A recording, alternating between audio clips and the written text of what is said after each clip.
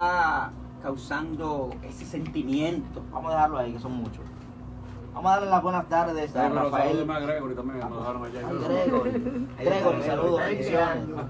20 de años. cabeza de amable Aristi, güey. Saludos, Cholitín, buenas tardes. Bueno, saludos a mis amigos por invitarme a este prestigioso programa. Gracias, sinceramente, gracias a los que me acompañan y a todo el pueblo altagraciano. Cholitín, gracias por la invitación. Vespertino 97, un proyecto.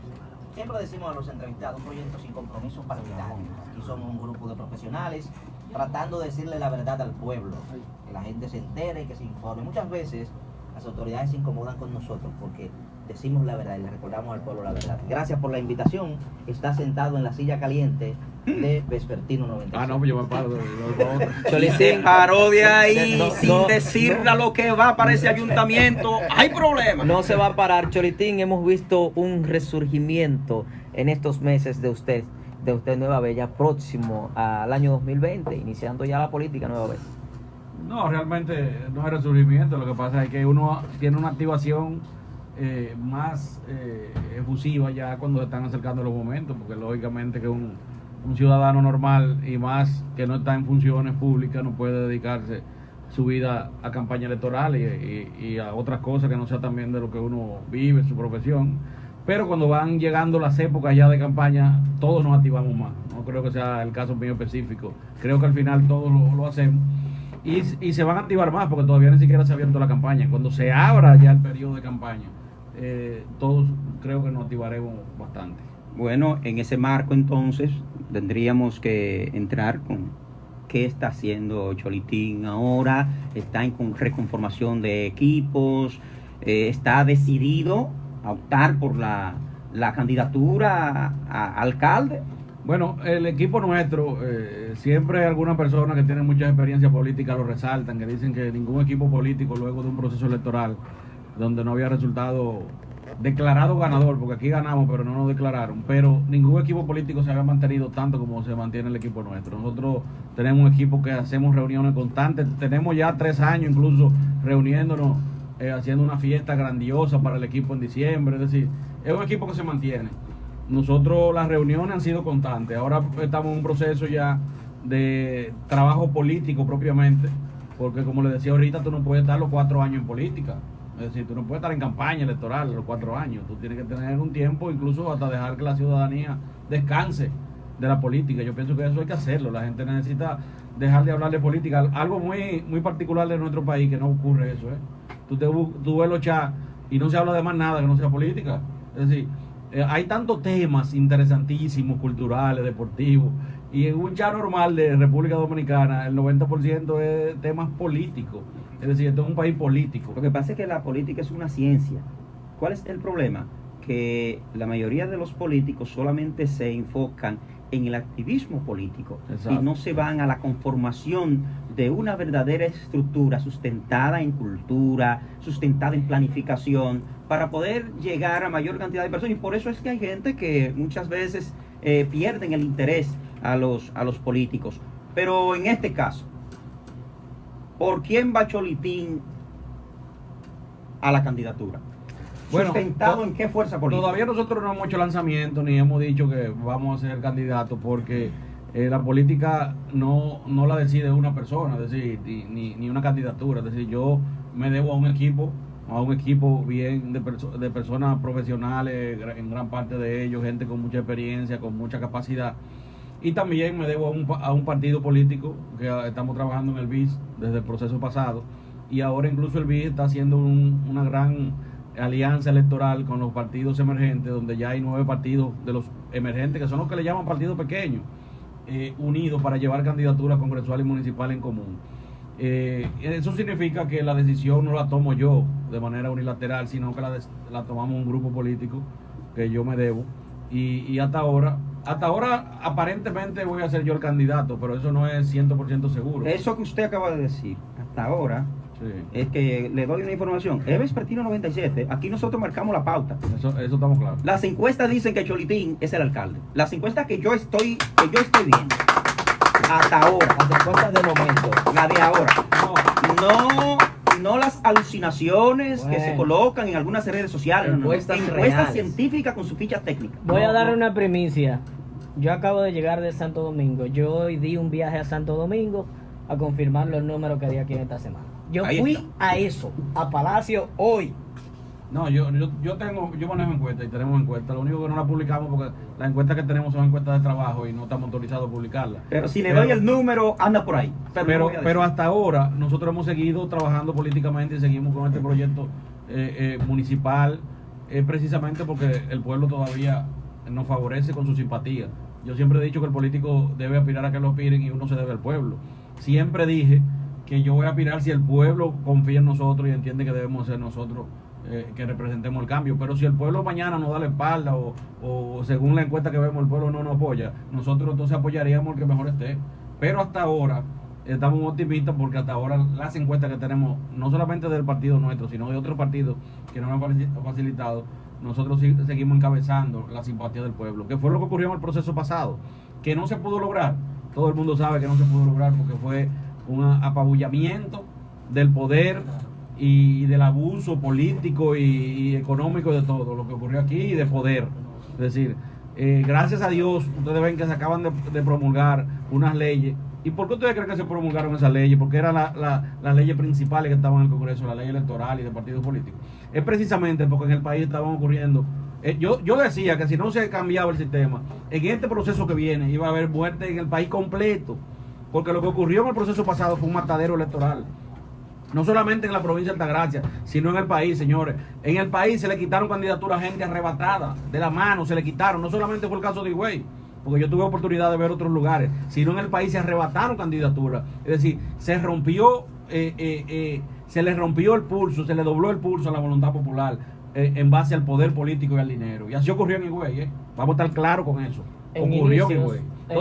Entonces yo pienso ahora que con estas leyes nuevas ahora que acaban de salir, que son leyes que regulan muchas cosas, vamos a ver cómo se aplica, pero yo pienso que la cosa va a ser diferente. En inicio mencionaba que en el proceso pasado se ganó la candidatura a síndico, pero no fue proclamado. Fueron más o menos las palabras con que lo dijo. Existían leyes en ese momento. Tengo entendido que ustedes elevaron un recurso ante el Tribunal Superior Electoral. ¿Qué sucedió? Y con esta nueva ley, ¿qué se puede esperar con el cumplimiento o no cumplimiento de ella, dado a lo pasado en el proceso anterior? Mira, yo te voy a poner un ejemplo, solo un ejemplo. En el proceso pasado nosotros denunciamos la campaña que se estaban haciendo con los recursos del municipio, del cabildo. Es decir, para nadie es un secreto que aquí habían camiones rotulados con la cara de la alcaldesa, los trabajos con la cara de la alcaldesa, y eso legalmente no procedía. Pero no había una disposición realmente que sancionara eso. Ahora incluso hay disposiciones que sancionan con la exclusión de la candidatura. Es decir, te sancionan incluso, te inhabilitan por 5 años, te excluyen de la candidatura. Hay gente, por ejemplo, que no sabían que tenían vallas. Y esas vallas, por ejemplo, ahora ya, con una ley con una entrada en vigencia de esa ley, esas vallas te inhabilitan a ti para ser candidato incluso a destiempo. Pero aquí también, para nadie es un secreto, que el ayuntamiento tenía el año entero anuncios, que no eran anunciando las obras del ayuntamiento, eran campañas políticas pagadas con el dinero del pueblo. Es decir, solamente ese tipo de cosas es suficiente. Fíjate lo que pasó en las elecciones pasadas, que nos apresaron. Que el coronel de la policía de entonces decía que fue mentira, que no me apresaron. No me apresaron, que yo llegué en un camión a la policía. Y ahí lograron algo que parecía, ¿y por qué lo apresaron si lo soltaron de una vez? Ellos tenían, eso era experiencia. Nosotros tal vez no pensamos lo que iba a ocurrir con ese apresamiento y después nos dimos cuenta. Que la mitad de los delegados de nosotros salieron para la calle, que a respaldarnos, en experiencia de los delegados, pero dejaron la mesa vacía. ¿Qué tú crees que pasó en ese proceso, en ese momento? Es decir, ese tipo de cosas la ley contempla que tú no puedes apresar un candidato con esta nueva ley. Sí, y establece sanciones para eso. ¿Qué pasó en el proceso pasado? 8 días antes del proceso electoral. Exactamente. ¿Qué pasó en el proceso pasado con ese apresamiento? Nada. Lograron su objetivo, nos soltaron, pero hicieron que los delegados salieran. Y no se sabe lo que pasó en las mesas en ese momento. ¿Pudo Cholitín investigar luego quién ordenó su apresamiento en ese proceso pasado? ¿A quién beneficiaba que tuviera pero preso? Vamos a verlo ahí. Pero vea que aquí todo el mundo sabe quién controlaba en ese momento la provincia, porque es aliado al gobierno de turno. Aquí había un coronel de la policía haciendo campaña. Señores, solamente una cosa, en un país todavía, parecía que estábamos en la Tralopiteco todavía en el proceso pasado. Un coronel haciendo campaña proclamando a los senadores y a la alcaldesa en un acto público antes de las elecciones y amenazando a uno y que le van a dar 2 tiros. Y la cosa que nos hicieron a nosotros y la amenaza que uno recibió ahí en ese momento, el día de las elecciones, ¿usted cree que fueron pocas? Y la gente armado que iban, guagua llena de tigres que no se sabe dónde armado, arriba de uno y diciendo que nosotros éramos los que teníamos las armas. Y aquí esto lleno de tigres, no se sabe de dónde, jipeta Tajú, sin placa. Ahí hay varios muchachos que nos lo llevaron preso ese mismo día. Lo agarraron y lo metieron en una jipeta en la mañana y lo secuestraron. Dirigentes buenos que teníamos nosotros y lo soltaron en la tarde. ¿Tú crees que fue poca cosa lo que pasó aquí? Yo dije que en este proceso pasado, si no se controla la cosa, ahora en este proceso, aquí va a haber más muerte que votos. Porque aquí solamente va a haber que salir a unas elecciones, armado todo el mundo. Ahí sí es verdad que vamos a salir armados ahora. Armado todo el mundo, matar gente. Porque es que lo que ocurrió en el proceso pasado no se puede volver a repetir. Y yo pienso que ahora con esta nueva ley eso pudiera cambiar un poco. Porque ya hay sanciones establecidas. Porque había un vacío legislativo en el proceso pasado.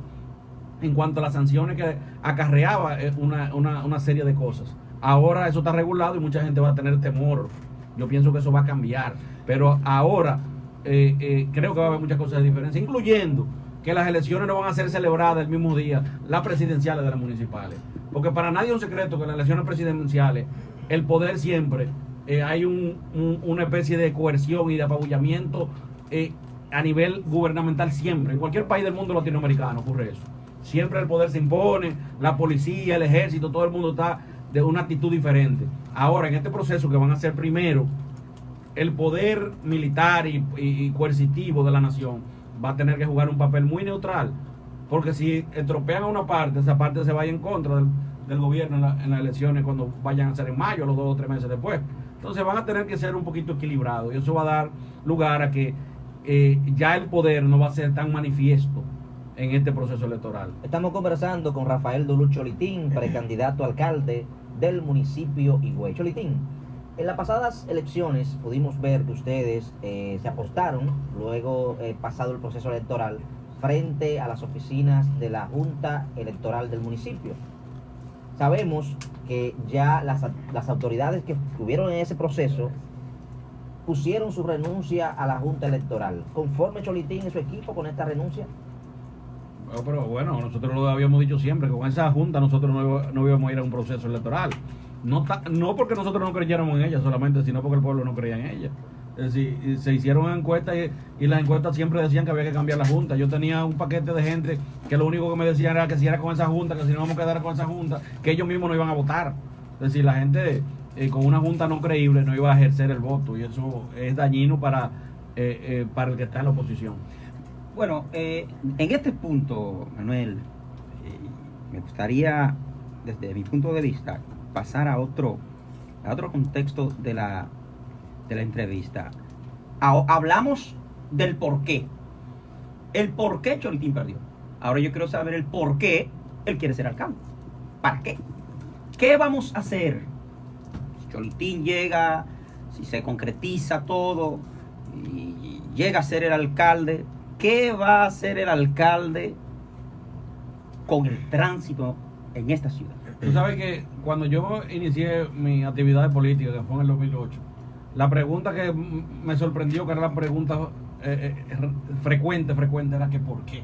Que por qué me metía a política, que para qué yo me metía en política, que yo no necesitaba política, que yo tenía mi oficina, que yo era un profesional. Y yo decía, wow, pero mira, la gente quiere que la gente se meta a política y que la gente buena entremos a política, pero sin embargo después critican que tú entres a política, precisamente. Es decir, es como un doble sentido. La gente quiere que sí, que los buenos sean los políticos, que entren a política, pero después al final critican. ¿Y para qué? Tú no tienes necesidad de eso. Eso era la mayoría de los amigos y todo el mundo. Y yo decía, bueno, precisamente yo pienso que debo de entrar a política y entré a la política, por lo mismo que estoy aspirando ahora, también que he aspirado en procesos pasados. La aspiración mía no es ni siquiera personal, es una aspiración de que este pueblo cambie. ¿Por qué? Porque yo he tenido la suerte de poder haber estudiado y viajado y estar en tantos países y en tantas ciudades que no tienen nada no le llevan nada a la República Dominicana, ni le llevan nada a nuestro pueblo, que nosotros tenemos mayores cualidades que ellos, mayores cosas que ellos, incluso hasta humanamente hablando, y desde el punto de vista ecológico de todo, de los recursos naturales también por encima estamos en eso. Y sin embargo ellos tienen un nivel de desarrollo mucho mayor que nosotros. ¿A qué se debe de eso? Precisamente a la administración de los recursos del Estado, la política, a cómo se administra la cosa pública. Es decir, una